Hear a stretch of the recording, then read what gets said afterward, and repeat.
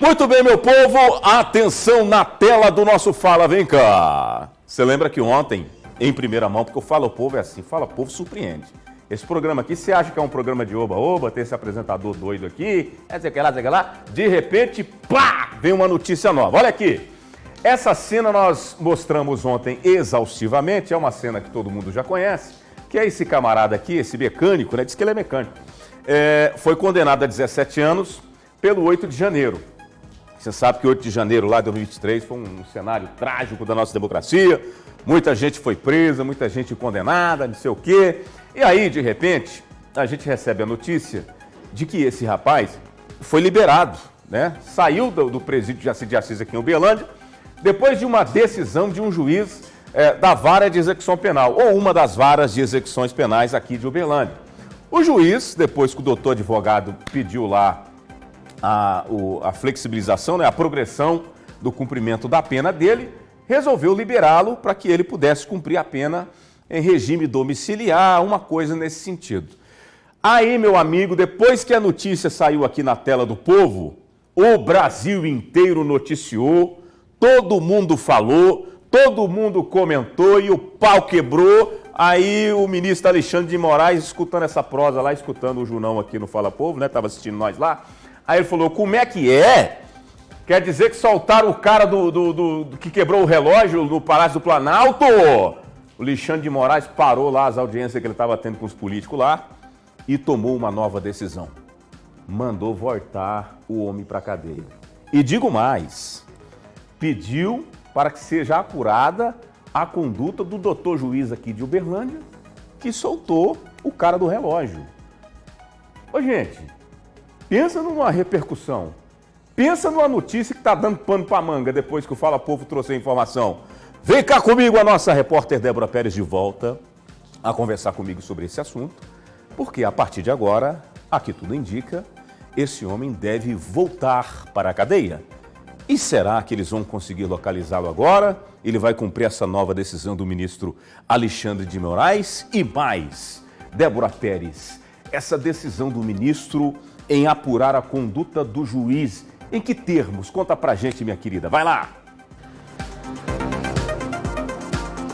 Perfeito, Júnior, você foi muito perfeito na explicação, é exatamente isso que está acontecendo, a gente que está acompanhando de perto, né, todas essas tratativas na justiça, desde aquele 8 de janeiro lamentável lá em Brasília, muita coisa, né, tem sido impactada e principalmente esses julgamentos que estão acontecendo na justiça. Ontem, então, a gente trouxe essa atualização de que o homem foi solto, mas agora o ministro Alexandre de Moraes pediu para prendê-lo novamente, pediu sim para investigar essa conduta desse juiz responsável por uma vara de execuções penais aqui na cidade de Uberlândia. Pediu para avaliar, para investigar exatamente como foi essa conduta, qual foi a motivação, por que isso aconteceu.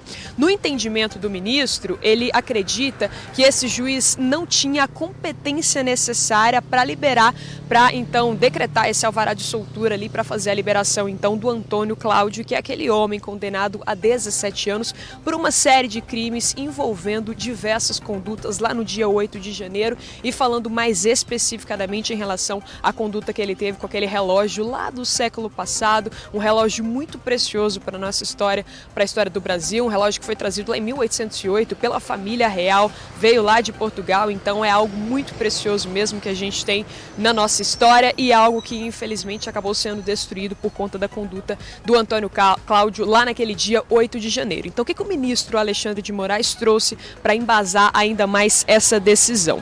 O Moraes ele determinou, além dessa investigação, entender um pouco mais, né, o que causou essa decisão do juiz que autorizou essa progressão para o regime semiaberto. Segundo Moraes, essa decisão ela foi em contrariedade à lei e no entendimento do ministro, embora o Antônio Cláudio seja réu primário, ele foi condenado por crimes cometidos com violência e grave ameaça, o que exigiria o cumprimento de ao menos 25% da pena para a transferência para o regime semiaberto. Até o momento, o Antônio Cláudio cumpriu apenas 16%, segundo Moraes. No início dessa semana, eu relembro para vocês também que o Antônio Cláudio deixou o presídio professor Jaci de Assis, ele estava preso aqui em Uberlândia, sem o uso de tornozeleira eletrônica devido à indisponibilidade do equipamento no estado, segundo a decisão do juiz Lourenço Migliorini Fonseca Ribeiro, e segundo o juiz, o fato de o equipamento estar indisponível revela falhas também estruturais do sistema prisional e o sentenciado não poderia ser penalizado por causa disso. A Secretaria de Justiça e Segurança Pública de Minas Gerais contestou essa justificativa da decisão ao afirmar que há mais de 4.000 vagas ainda disponíveis para o uso de tornozeleiras eletrônicas no estado, e ao permitir que Antônio Cláudio passasse ao regime semiaberto, o juiz impôs também algumas medidas cautelares, que foram aquelas medidas que a gente trouxe aqui ontem, trazendo mais esclarecimentos em relação a isso. Recolhimento domiciliar integral em Uberlândia, obrigação de apresentar o comprovante de endereço, manutenção de informações atualizadas junto à vara de execuções penais, proibição de se ausentar da cidade sem autorização judicial e a prestação de contas também sobre eventual atividade profissional. Então a notícia que a gente trouxe ontem é de que esse homem havia saído do presídio, que ele deveria se apresentar lá na comarca de Caldas Novas, em Goiás, em 60 dias. A comarca de Caldas Novas, ela acabou sendo a referência para tudo isso, porque é o endereço onde o Luiz ele mora, então foi esse o entendimento que a justiça teve, mas agora a gente já traz essa outra atualização, é notícia no Brasil inteiro, porque a gente está falando de um dos desdobramentos do dia 8 de janeiro, e agora então a gente traz essa decisão do ministro Alexandre de Moraes, pedindo para que este homem seja preso novamente e pedindo também uma investigação para analisar, para entender exatamente qual foi a conduta, né, do juiz de execuções penais aqui de Uberlândia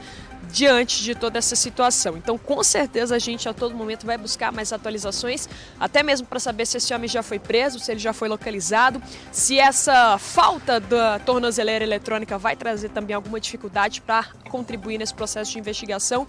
E a gente, claro, continua acompanhando tudo isso com muita atenção, né, Júnior? O que acontece agora? As pessoas estão se perguntando, peraí, mas soltaram o cara, não tem tornozeleira eletrônica. E diabo, onde é que esse cara foi parar? Para onde é que ele foi? Agora fica todo mundo se perguntando, agora a bucha está com quem? Agora a bucha está com a polícia, que vai ter que cumprir a ordem judicial de Alexandre de Moraes, né? Vai ter que localizá-lo, cumprir a ordem judicial para o cara voltar para a cadeia. Rapaz, eu vou te falar um negócio, viu? É uma situação complexa, as pessoas ficam se perguntando, será que ele vai se entregar voluntariamente? Já que a notícia já se espalhou, provavelmente os advogados dele serão notificados da decisão judicial, né? Já vai constar no processo essa nova ordem do Alexandre de Moraes. Então é isso, meu povo. Você que está ligando a TV agora, o nosso Fala Povo está atualizando aqui essa notícia. O ministro Alexandre de Moraes, depois da notícia sair aqui na tela do povo, de que o mecânico condenado aí a 17 anos de prisão recebeu essa soltura, né? Para cumprir aí a pena em casa, sem tornozeleira eletrônica, pelo que consta na decisão e pelo que o ministro falou, o cara agora vai ter que voltar para a cadeia de uma decisão que vem lá de Brasília, do ministro lá do STF, Alexandre de Moraes. Que coisa, hein? A gente não esperava essa repercussão tão rápida dessa decisão. Provavelmente a própria promotoria deve ter acionado aí o próprio ministro, né, para que tomasse conhecimento sobre essa nova decisão aqui de Uberlândia. Agora, sobre a investigação que pesa aí nessa situação contra o juiz, ou apuração, investigação, enfim.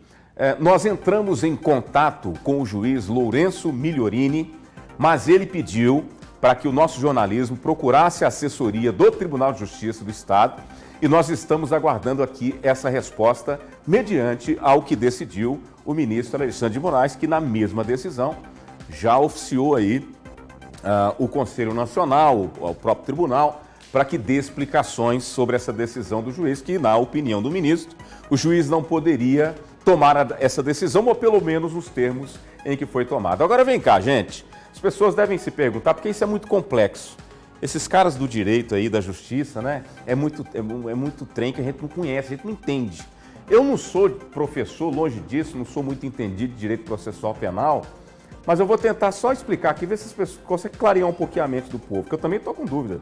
Não é só você não, eu também estou do mesmo jeito, não estou entendendo nada. O que acontece, gente? Quando tem uma condenação de uma pessoa, independente de onde essa pessoa for condenada, ou se é lá pelo pelo Supremo, ou se é lá no estado de Goiás, ou se é aqui no estado de Minas Gerais, a bucha cai no colo de alguém. De quem? Do juiz da vara de execução penal.